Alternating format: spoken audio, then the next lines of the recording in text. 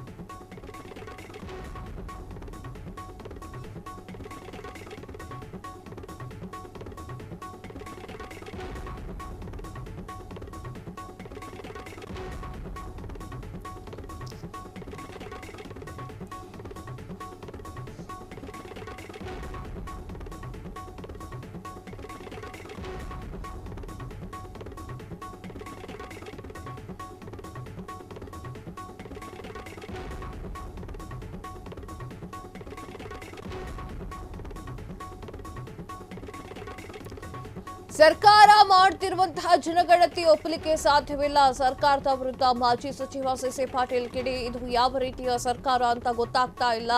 ಒಂದು ಸಾರಿ ಜಾತಿ ಗಣತಿ ಅಂತಾರೆ, ಇನ್ನೊಂದು ಸಾರಿ ಸಾಮಾಜಿಕ ಶೈಕ್ಷಣಿಕ ಸಮೀಕ್ಷೆ ಅಂತ ಹೇಳ್ತಾರೆ. ಹಾಗಾದ್ರೆ ಇದುವರೆಗೂ ಅವರ ಬಳಿ ಅಂಕಿಅಂಶಗಳು ಇಲ್ವಾ?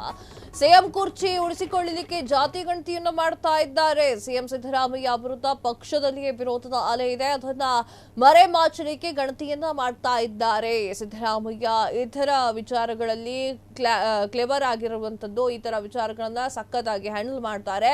ಹೈಕೋರ್ಟ್ ನಲ್ಲಿ ಕೇಸ್ ಏನಾಗುತ್ತೆ ನೋಡೋಣ. ಹೈಕೋರ್ಟ್ ನಿಂದ ನ್ಯಾಯ ಸಿಗುವ ವಿಶ್ವಾಸ ನಂಗಿದೆ. ಬೆಂಗಳೂರಿನಲ್ಲಿ ಮಾಜಿ ಸಚಿವ ಸಿಸಿ ಪಾಟೀಲ್ ವಾಗ್ದಾಳಿಯನ್ನು ನಡೆಸಿದ್ದಾರೆ. ಎಸ್ ವೀಕ್ಷಕರೇ, ಇವತ್ತು ಹೈಕೋರ್ಟ್ ಏನ್ ತೀರ್ಮಾನ ಕೊಡುತ್ತೆ ಅಂತ ಕಾದ್ ನೋಡಬೇಕಾಗಿದೆ. ಎಲ್ಲರೂ ಕೂಡ ಆ ಒಂದು ವಿಚಾರವಾಗಿ ಕಾಯ್ತಾ ಕೂತ್ಕೊಂಡಿದ್ದಾರೆ. ಜಾತಿ ಗಣತಿಯ ವಿಚಾರಕ್ಕೆ ಸಂಬಂಧಪಟ್ಟಂತೆ ಇವರು ಹೇಳಿದ ಹಾಗೆ, ಸಿಸಿ ಪಾಟೀಲ್ ರವರು ಹೇಳಿದ ಹಾಗೆ ಕಾಂಗ್ರೆಸ್ನಲ್ಲಿ ಒಳಜಗಳ ಅಥವಾ ಅದಕ್ಕೆ ಭಿನ್ನಾಭಿಪ್ರಾಯ ಇರೋದಂತೂ ಸತ್ಯ.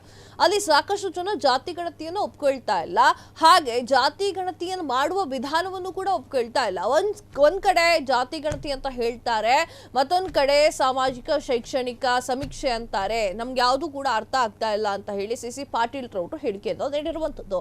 ಹಾಗಾದ್ರೆ ಇದುವರೆಗೂ ಅವರ ಬಳಿ ಅಂಕಿಅಂಶಗಳು ಇಲ್ವಾ ಅಂತ ಹೇಳಿ ಪ್ರಶ್ನೆಯನ್ನ ಮಾಡಿದ್ದಾರೆ. ಸಿಎಂ ಕುರ್ಚಿಯನ್ನ ಉಳಿಸಿಕೊಳ್ಳಲಿಕ್ಕೆ ಜಾತಿ ಗಣತಿಯನ್ನ ಮಾಡ್ತಾ ಇದ್ದಾರೆ. ನವೆಂಬರ್ ಬಂತು, ಸೆಪ್ಟೆಂಬರ್ ಬಂತು, ಕ್ರಾಂತಿಯ ಮೇಲೆ ಕ್ರಾಂತಿಗಳಾಗತ್ತೆ ಅಂತ ಹೇಳಿ ಕಾಂಗ್ರೆಸ್ನಲ್ಲಿ ಹೇಳ್ತಾ ಇರುವಂತದ್ದು. ಆ ಒಂದು ಕ್ರಾಂತಿಗೆ ರೆಡಿ ಆಗ್ತಾ ಇದ್ದಾರೆ ಸಿದ್ದರಾಮಯ್ಯ ವಿರುದ್ಧದ ಪಕ್ಷದ, ಅಂದ್ರೆ ಸಿದ್ದರಾಮಯ್ಯ ವಿರುದ್ಧ ಪಕ್ಷದಲ್ಲೇ ವಿರೋಧಿ ಅಲೆ ಬರ್ತಾ ಇದೆ. ಸಿದ್ದರಾಮಯ್ಯ ಸೀಟ್ ಡಿಕೆ ಶಿವಕುಮಾರ್ ಅವರು ಕಂಡು ಹಾಕಿದ್ದಾರೆ. ಅದನ್ನೆಲ್ಲ ಮರೆಮಾಚಲಿಕ್ಕೆ ಗಣತಿಯನ್ನ ಮಾಡಿಸ್ತಾ ಇದ್ದಾರಾ ಎನ್ನುವಂತ ಪ್ರಶ್ನೆ ಈಗ ಮೂಡ್ತಾ ಇದೆ ಅಂತ ಹೇಳಿ ಸಿಸಿ ಪಾಟೀಲ್ ರವರು ಹೇಳಿರುವಂತದ್ದು. ಸಿದ್ದರಾಮಯ್ಯ ಇಂತಹ ವಿಚಾರಗಳನ್ನ ಕ್ಲಾರಿಟಿ ಕೊಡಬೇಕಾಗಿದೆ. ಅವರು ತುಂಬಾನೇ ಕ್ಲೆವರ್ ಆಗಿ ಇದನ್ನೆಲ್ಲ ಹ್ಯಾಂಡಲ್ ಮಾಡ್ತಾರೆ. ಹೈಕೋರ್ಟ್ ನಲ್ಲಿ ಕೇಸ್ ಆಗಿ ಏನಾಗುತ್ತೆ ಅನ್ನೋದನ್ನ ಕಾದ್ ನೋಡ್ಬೇಕು. ಹೈಕೋರ್ಟ್ ನಿಂದ ಬಂದಿರುವಂತಹ ನ್ಯಾಯ ಏನು ಇದೆ ಅದಕ್ಕೆ ನನಗೆ ವಿಶ್ವಾಸ ಇದೆ ಅಂತ ಹೇಳಿ ಬೆಂಗಳೂರಿನಲ್ಲಿ ಮಾಜಿ ಸಚಿವ ಸಿಸಿ ಪಾಟೀಲ್ ರವರ ಹೇಳಿಕೆ ಇದಾಗಿತ್ತು.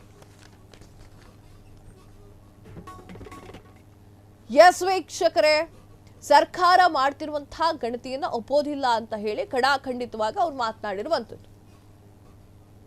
ಹೈಕೋರ್ಟ್ನಿಂದ ಬರುವಂತಹ ನ್ಯಾಯ ನನಗೆ ತುಂಬಾ ಸಮ್ಮತಿಯಾಗಿದೆ, ವಿಶ್ವಾಸವನ್ನು ವ್ಯಕ್ತಪಡಿಸ್ತೀನಿ ಅಂತ ಹೇಳಿ ಸಿಸಿ ಪಾಟೀಲ್ ಹೇಳಿರುವಂಥದ್ದು. ಅವರು ಹೇಳಿರುವಂತಹ ಹೇಳಿಕೆಗಳನ್ನು ಇಲ್ಲೆಲ್ಲೂ ಕೂಡ ತಿರುಚಲಾಗ್ತಾ ಇಲ್ಲ.